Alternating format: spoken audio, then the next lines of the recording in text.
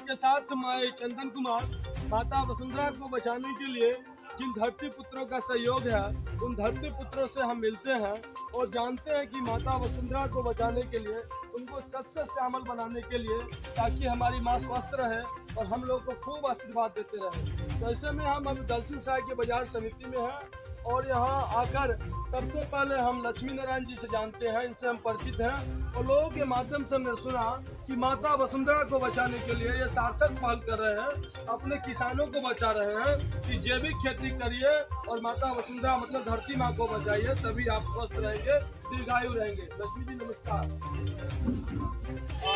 काफी चर्चा सुन चुके हैं आपके बारे में, इच्छा हुई कि आपसे मिलते हैं, तो ऐसे में क्या सब अपने किसानों को बता रहे हैं? आप जो भी सुने जी, सबसे पहले मैं सब्जी मंडी बाजार समिति दलसिंह सराय की तरफ से जी, आपके जितने भी ग्रोअर्स हैं, जितने भी दर्शक हैं, सभी को मैं बहुत बहुत धन्यवाद देना चाहता हूँ कि आपका ये पौधा पर्यावरण संरक्षण संघ दिनानुदिन बनता बनता जा रहा है। तो रही बात सब्जी मंडी और धरती पुत्र की बात, तो ये सब्जी मंडी बाजार समिति दलसिंह सराय कोरोना काल में उत्पन्न हुआ और इससे पहले जो था जो हम लोगों को शासन के द्वारा यहाँ बसाया गया। सबसे बड़ी बात है कि यहाँ इस मंडी के चारों तरफ सिर्फ सब्जी उत्पादक लोग हैं और इस कारण से यहाँ हजारों नहीं लाखों लोग यहाँ से कारोबार करते हैं। जी बिल्कुल जी, इसके बाद यहाँ पूरे बिहार के अलावे नेपाल, उत्तर प्रदेश, बंगाल, कई राज्यों के लोग यहाँ आते रहते हैं। सरकार भी अपने स्तर से बहुत की व्यवस्था की है। यहाँ समय समय पर प्रशासन की लोगों का सहयोग करती रहती है।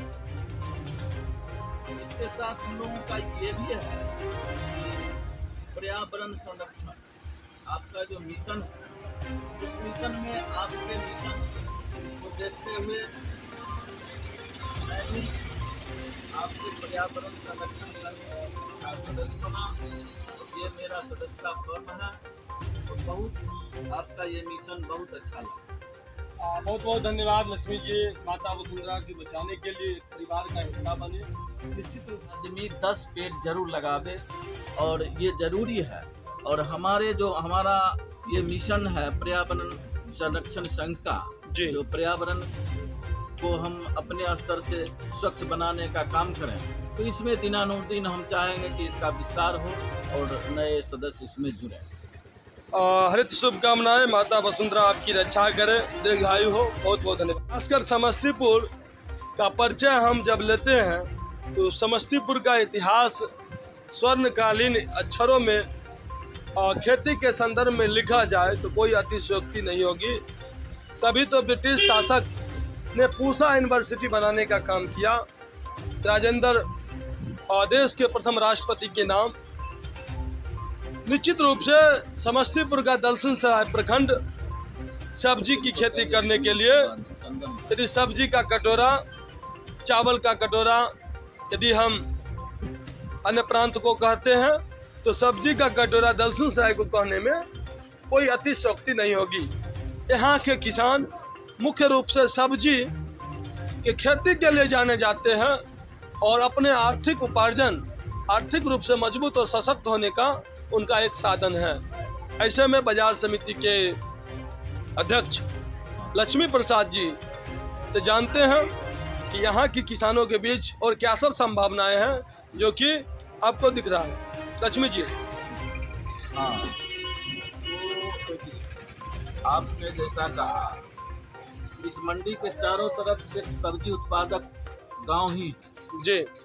इस मंडी के चारों तरफ से इतना सब्जी उत्पादन होता है, इतना होता है कि हमारे यहाँ समझिए कि पूरा बिहार और यूपी, बंगाल सब जगह का आता है। लेकिन हम लोगों इसमें नए सिरों से संशोधन क्या किए हैं कि सरकार का जो योजना है ऑर्गेनिक फार्मिंग, इसको लेके भी हम लोग जागरूक कर रहे हैं किसानों को, और जैविक खेती करने के लिए हम लोग घूम घूम के किसानों को जागरूक करते हैं। सरकारी स्तर पर तो उतना संसाधन नहीं है, लेकिन हम लोग अपने जो है सो विभिन्न स्तरों से, विभिन्न संगठनों के माध्यम से किसानों को जैविक खेती करने का सामान उपलब्ध कराते हैं, और उनको हर संभव प्रयास करते हैं कि धीरे धीरे जो रासायनिक खेती का दुष्प्रभाव हमारे किसान के बच्चों पर, किसानों पर, हमारे देशवासियों पर जो कुप्रभाव पड़ रहा है, इसको कम करें और लोग ऑर्गेनिक फार्मिंग पर ध्यान दें। शुभकामना, बहुत बहुत धन्यवाद। और खास करके आज आप पर्यावरण संरक्षण संघ के सदस्य बने हैं, तो अपने वीडियो संदेश के माध्यम से अपने चाहने वालों को क्या संदेश देना चाह रहे हैं?